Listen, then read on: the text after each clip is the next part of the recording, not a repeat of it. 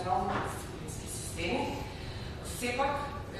останува значајна загриженост во врска со политизацијата на процесот на назначување или отпуштање, нејасните дефиниции за основите за отпуштање, избројувањето на евалуациите на учинокот со дисциплинската одговорност. Значи, по поглед на именувањето на јавниот обвинител, како позитивен коментар е стандардот за повторност, Комисијата го поздравува барањето кандидатите да имаат 10 години континуирано искуство како обвинител или судија, истакнувајќи дека ова го ограничува бројот на кандидати на релативно остари кариерни обвинители и судии, што е начин за намалување на ризикот од политизација и вклученост на Советот. Таа ја поддржува вклученоста на Советот на јавните обвинители во процесот, како давање мислење за кандидатите и така натаму, специфични барања за менеджмент, кои се клучни за ова лидерска позиција.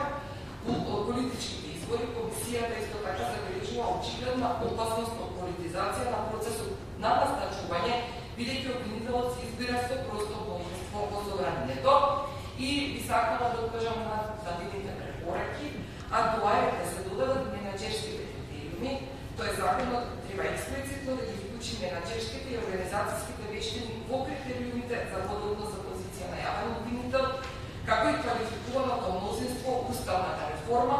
иако признава дека е потребен уставен амандман, Комисијата силно препорачува јавниот обвинител да се избира со повисоко квалификувано мнозинство, за да се обезбеди меѓупартиски консензус. Ова е едно многу фрагментно прашање во нашето општество.